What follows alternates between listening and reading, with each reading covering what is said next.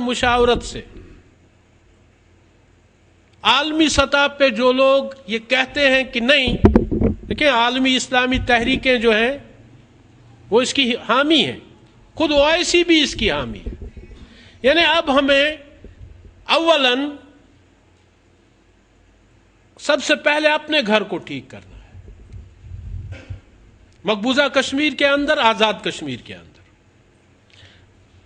پھر ہمیں مقبوضہ اور آزاد خطے میں حامی اور مخالف اس کو آئیڈینٹیفائی کرنا ہوگا، کون اس کے حامی ہیں، کون اس کے مخالف ہیں.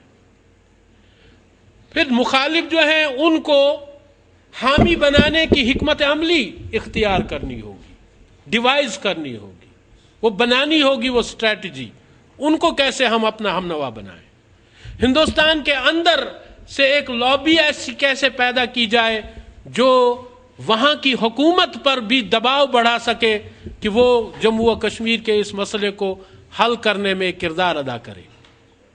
تو آزاد خطے اور پاکستان میں بے شمار افراد، تنظیمیں، ادارے ایسے ہیں جو اس تحریک کے حامی ہیں، لیکن ان سب کو ایک جگہ جمع کرنا، پھر ایک اسٹریٹجی مرتب کرنا، یہ وقت کا اہم ترین تقاضا ہے جس کی طرف آنے والے دنوں میں ہمیں متوجہ ہونا ہوگا. ابھی گیلانی صاحب کے خط میں بھی اور ترابی صاحب نے جو بات چیت کی OIC سیکرٹری جنرل سے، اس میں ان سے یہی بات کہی گئی تھی کہ ہم شکر گزار ہیں کہ آپ ہمارے حق میں قراردادیں پاس کرتے ہیں، لیکن آپ کی قراردادوں کو ہندوستان جوتے کی نوک پہ رکھ رہا ہے. وہ کہتا ہے کہ جی ارے پچھلی ایک قرارداد کے بارے میں ہندوستان نے یہ کہا اور کہلوایا کس سے؟ فاروق عبداللہ سے، جو ان کا ایک وزیر ہے، جس کا بیٹا مقبوضہ کشمیر میں وزیر اعلیٰ ہے. اس سے کہلوایا کہ OIC مصر کے حالات کی طرف توجہ دے، تیونس کے حالات کی طرف توجہ دے، لیبیا کے حالات کی طرف توجہ دے. تو وہ ہندوستان کے اندرونی معاملات میں کیوں مداخلت کر رہا ہے؟ یہ اس کا سبجیکٹ نہیں ہے. وہ اپنی مسلمان دنیا کی طرف دیکھے کہ وہاں کیا ہو رہا ہے. تو ان حالات میں ان سے بھی یہ کہا گیا کہ آپ ان قراردادوں سے بڑھ کے کچھ اقدامات سوچیں. مثلا ان سے ہم نے یہ بھی کہا ہے کہ 57 مسلم ممالک ہیں، ان 57 مسلم ممالک کے سربراہان ہیں جو اقوام متحدہ کے ممبر ہیں. اگر یہی 57 ممالک ایک گروپ بن کر اقوام متحدہ کے اندر فلسطین کے مسئلے کو، کشمیر کے مسئلے کو سنجیدگی کے ساتھ اٹھائیں تو بہت فرق پڑ سکتا ہے. لیکن یہ لپ سروس ہے، یہ زبانی جمع خرچ ہے جو سارا کچھ ہو رہا ہے. ایسے اقدامات کی ضرورت ہے جو کنکریٹ ہوں، جو فرق واقع کر سکیں. تو اسی طرح ہمیں حکمت عملی بھی جو اپنی ترتیب دینی ہے، اور اس میں جماعت اسلامی آزاد کشمیر خاص طور پر ایک اہم رول پلے کر سکتی ہے. اور پاکستان جماعت کے ساتھ مل کے ہم پاکستان کی ان تمام جماعتوں کو جو قضیہ کشمیر کے حوالے سے سنجیدہ ہیں ان کو ایک جگہ بٹھا سکتے ہیں. حریت کانفرنس کو بٹھا سکتے ہیں، اس میں بے شک آپ دونوں حریتوں کو بلائیں، اس میں متحدہ جہاد کونسل کو لا سکتے ہیں، اور پھر کشمیر کے حوالے سے کیا حکمت عملی ترتیب دینی ہے، سیاسی سطح پہ کیا ہونا چاہیے، ریلیف کے محاذ پہ کیا ہونا چاہیے، سفارتی محاذ پہ کیا ہونا چاہیے، پاکستان کیا کرنا چاہیے، آزاد کشمیر کی حکومت کیا کرے، اپوزیشن جماعتیں کیا کریں، اور مقبوضہ کشمیر کے اندر ہمیں کیا کرنا چاہیے، کیا وہاں پہ ایسی ریسٹرینٹس ہیں کیا ایسی وہاں پہ اڑچنیں ہیں، رکاوٹیں ہیں جن کو عبور کرنے کی ضرورت ہے. وہ ابھی دیکھیں نا، سید علی گیلانی صاحب نے چودھری عبد المجید کو خط لکھا. میں وہ خط لے کے خود گیا. مقبوضہ کشمیر میں ہم چاہتے تھے کہ یہ جو لاکھوں لوگ شہید ہوئے ہیں ان کی ایک یادگار تعمیر کی جائے، تاکہ جب بھی باہر سے کوئی ڈیلیگیشن آئے تو بجائے اس کے کہ ہم ایک ایک قبرستان کی طرف ان کو لے جائیں، ہم اس یادگار پر لے آئیں ان کو. وہاں پہ وہ ساری تاریخ درج ہو کہ یہ کن لوگوں کی یادگار بنائی گئی ہے. ضلع بارہمولہ میں کتنے لوگ شہید ہوئے ہیں، پنچ میں کتنے، راجوری میں کتنے، جموں میں کتنے، سانبا میں کتنے، کٹھوا میں کتنے، ڈوڈا میں کتنے، سوپور میں کتنے، اسلام آباد میں کتنے، کپواڑہ میں کتنے، علی حاصل قیاس پورے جموں و کشمیر میں. تو جو بھی ڈیلیگیشن آئے وہ دیکھے. لیکن گیلانی صاحب نے ایک دن اعلان کیا کہ سارے لوگ عیدگاہ چلیں اور اپنے ہاتھ میں ایک ایک اینٹ ضرور ساتھ لائیں. مقصد یہ تھا کہ ایک ایک اینٹ لے کے وہ آئیں گے اور سیمنٹ وغیرہ کا انتظام وہاں پہ ہم نے کیا ہوگا، اور وہیں پہ جو ہمارے ہیں میسنز وغیرہ تو وہ یادگار کھڑی کر دیں گے. لیکن حکومت نے یہ نہیں ہونے دیا. چنانچہ پھر سید علی گیلانی صاحب نے خط لکھا چودھری مجید صاحب وزیر اعظم آزاد کشمیر کو کہ ہم نے کافی کوششیں کی کہ یہاں پہ ہم ایک یادگار تعمیر کرتے ہیں. کوئی بہت بڑا قلعہ فتح کرنا نہیں ہے، یادگار قائم کرنا سمبولک علامتی ایک چیز ہے، لیکن نہیں کرنے دیتے یہاں پہ. تو شاید آپ کے ہاں ایسی کوئی رکاوٹ نہ ہو تو آپ سیالکوٹ میں یا مظفر آباد میں یا کسی جگہ، ایک جگہ یا دو جگہوں پہ یہ یادگار تعمیر کر دیں. اور چونکہ آپ کا بجٹ سیشن آنے والا ہے تو کوئی حرج نہیں کہ آپ بجٹ میں ایک حصہ مختص کر دیں اس کام کے لیے.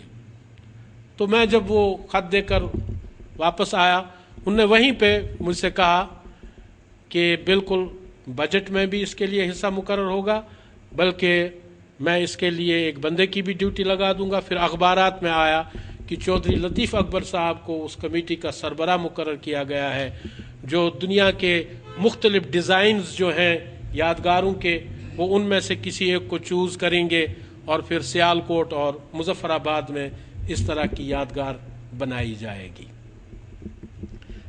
تو غرض یہ کہنے کا مطلب میرا یہ ہے کہ شاید کچھ رکاوٹیں مقبوضہ کشمیر میں ہوں، آزاد خطے میں وہ نہ ہوں، تو جہاں پہ ہم کوئی کام کر سکتے ہیں وہاں پہ اس کو کریں. جہاں کچھ مشکلات ہیں تو ان کا حل تلاش کیا جائے. تو اگر ہم اس طرح ایک نئی حکمت عملی جو خود ہماری اپنی بنائی ہوئی حکمت عملی ہو، اگر ہم اس پہ عمل پیرا ہوں تو مجھے یقین ہے کہ آنے والے وقت میں تحریک آزادی بہرحال کامیاب ہوگی. وقت لگے گا اس میں، مگر یہ سویرا طلوع ہونا ہے انشاءاللہ. تو اسی کے ساتھ میں اپنی گزارشات ختم کرتا ہوں. میں اپنی گزارشات ختم کرتا ہوں. تو اب اگر آپ کے سوالات ہوں تو 15 منٹ ہمارے پاس ہیں، تو ان 15 منٹ، کیونکہ 1 بجے تک مجھے وقت دیا گیا تھا اور 12:45 ہو گیا ہے، تو آخری 15 منٹ سوالات کے لیے. حریت کانفرنس میں جو انتشار ہے اس کے حل کے حوالے سے کیا کام کیا جا رہا ہے؟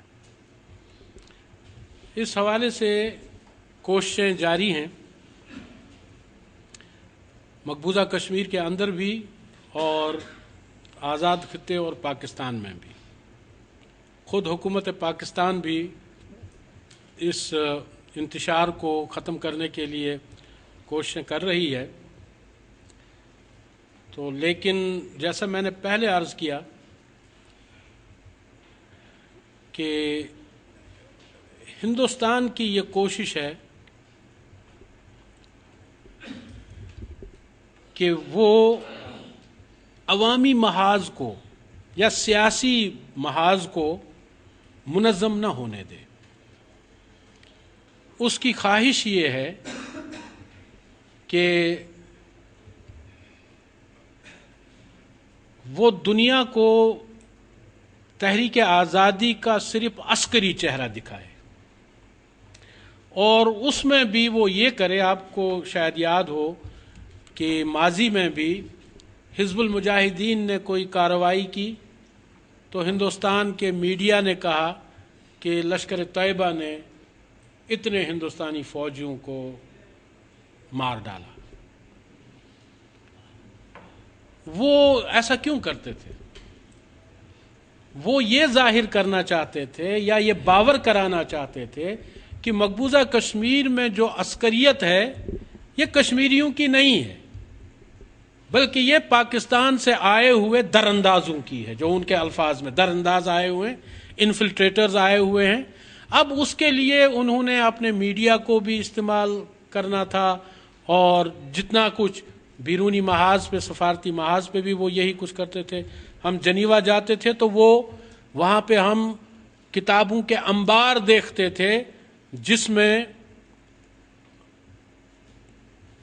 صرف جماعت الدعوہ، لشکر طیبہ اور حرکت المجاہدین اور یہ چیزیں اس میں ہوتی تھیں. یعنی پوری دنیا کی توجہ صرف اس جانب مبذول کروانا کہ کشمیری تو بڑے سیدھے سادے اور پرامن لوگ ہیں، یہ سارا کیا دھرا پاکستان کا ہے. تو اس وقت بھی ہندوستان کی یہ کوشش ہوگی کہ یہ حریت کانفرنس منظم نہ ہو سکے، اصولی بنیادوں پر منظم نہ ہو سکے. اسی لیے مختلف مواقع پہ مختلف ایسے بیانات سامنے آ رہے ہیں جس کے نتیجے میں دو حریت کانفرنسوں کا ایک ہو جانا بہت ہی مشکل نظر آ رہا ہے. مثلا ابھی جو حال ہی میں یہ بیان آیا کہ بین الاقوامی انوالومنٹ کو سلام کہتے ہوئے ہم کوشش یہ کریں گے کہ مسئلہ جو ہے وہ ہم اپنی سطح پہ حل کریں. ہماری یعنی گیلانی صاحب کی سوچ یہ ہے کہ ہمارا مسئلہ کوئی اندرونی مسئلہ نہیں ہے، یہ کوئی ہندوستان پاکستان کا مسئلہ بھی نہیں ہے. اس میں پوری اقوام عالم انوالو ہے اور ان کی انوالومنٹ اس میں رہنی چاہیے. وہ اس مسئلے کو حل کریں یا نہ کریں. تو کوششیں اس انداز سے بھی ہو رہی ہیں. ابھی پاکستان کی حکومت کی خواہش ہے کہ وہ حریت کانفرنس کے ان بڑے بڑے لیڈروں کو پاکستان مدعو کرے. تو یاسین ملک صاحب تو آ رہے ہیں، اگرچہ انہوں نے اس کے لیے بہانہ یہ بنایا ہے کہ وہ میمو گیٹ میں فریق بننے کے لیے اپلائی کریں گے اس کمیشن کو، لیکن اصل میں ان کو بھی دعوت دی گئی ہے پاکستانی حکومت کی طرف سے کہ وہ یہاں آئیں. گیلانی صاحب کو بھی دعوت دی گئی ہے لیکن ابھی ان کے پاس پاسپورٹ نہیں ہے، اور میروائز کو اور دوسرے لوگوں کو بھی دعوت دی گئی. اس میں بھی ان کے پیش نظر ایک تو یہ بھی ہو سکتا ہے کہ حریت کانفرنس کو ایک کیا جائے، اور دوسری بات یہ بھی ہو سکتی ہے چونکہ پیپلز پارٹی کی حکومت یا یہ جو الائنس کی حکومت یہاں چل رہی ہے تو الیکشن کا بھی بگل تقریباً بج چکا ہے، تو یہ ایک پولیٹیکل سٹنٹ کے طور پر بھی اس کو استعمال کرنا چاہیں گے کہ جی ہم وہ ہیں جنہوں نے 17ویں ترمیم، 18ویں ترمیم، 19ویں ترمیم، 20ویں ترمیم کی. ہم وہ ہیں جنہوں نے سید علی گیلانی کو یہاں لایا. مشرف نے بھی کافی کوششیں کی تھی، نہیں لا سکے، ہم لائے ان کو یہاں پہ. تو میری البتہ حکومت سے یہ گزارش ہوگی کہ ان کے جو تعلقات ہندوستان کے ساتھ ہیں، بھائی بہنوں جیسے والے تعلقات، تو اس کو استعمال میں لا کر اگر وہ گیلانی صاحب کو پاسپورٹ دلوائیں تو یہ ایک بہت بڑا قدم ہوگا ان کی طرف سے. تو اس کے بعد ہی دیکھا جا سکتا ہے کہ گیلانی صاحب یہاں آتے ہیں یا نہیں. لیکن اس کے ساتھ ہی ساتھ وہاں جو دہلی میں پاکستان کا ہائی کمیشن ہے اس میں بھی وہ کشمیری قیادت کو مدعو کرتے ہیں اور وہاں بھی ان سے مشترکہ طور پر بھی اور الگ الگ بھی بات کرتے ہیں. اس میں یہ چیزیں بھی ہیں کہ دونوں حریتوں کو ایک کیا جائے. تو اس میں پھر وہی بات ہے کہ اتحاد تو بڑی اچھی چیز ہے، لیکن قرآن مجید میں